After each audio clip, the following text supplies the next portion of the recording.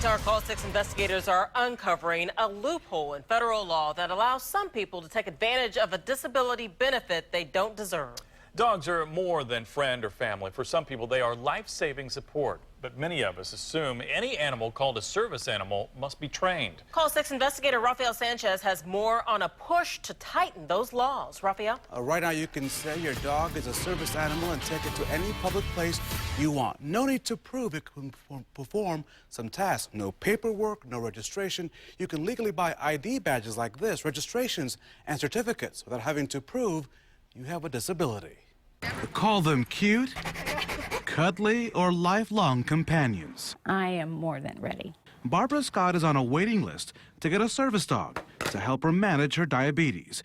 When her blood sugar gets low, her four-legged friend will warn her. Your biggest fear is not waking up the next morning. Yeah, it is. Barbara is counting on the Indiana Canine Assistance Network. The not-for-profit, also known as ICANN, pairs people with service animals.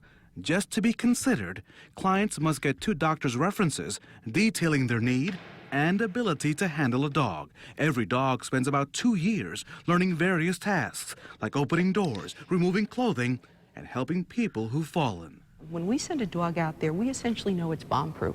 It is not going to misbehave. It is not going to bark. Sally Irvin is ICANN's executive director. We have a very big demand, and most service dog programs do, and we can't meet the demand. That's one reason federal law allows individuals to train their own animals to deal with their disability. There are no training mandates. The law doesn't require proof that a service animal can perform a skill or certification that it's safe to be in public places, like a restaurant or store. Ultimately, I have to say I would be more in favor of some checks and balances. That's what Assistance Dogs International also wants. In December, the group, which represents not-for-profit training programs, sent a letter to the Department of Justice. It raised concerns that the current law allows businesses to sell identifications to people sight unseen, to provide owners of pet dogs access as if they were legitimate assistance dogs. The Call 6 investigators found plenty of businesses legally selling badges, IDs, and certificates for service dogs that look official, but the law does not require.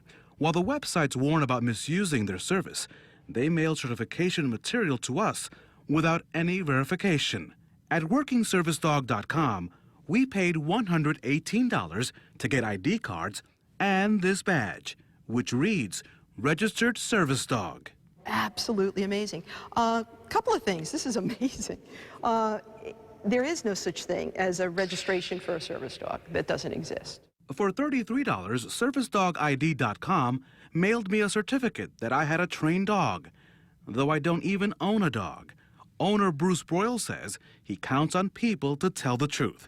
But he surprised me during our phone call, saying he would be okay if the government put him out of business to improve oversight of service animal rules. If it came down to me being in business and doing what we're doing right now, or the federal government taking this over and regulating this with the full force of their law, I would much prefer that. For more than $161, FreeMyPaws.com sent us ID cards and a vest.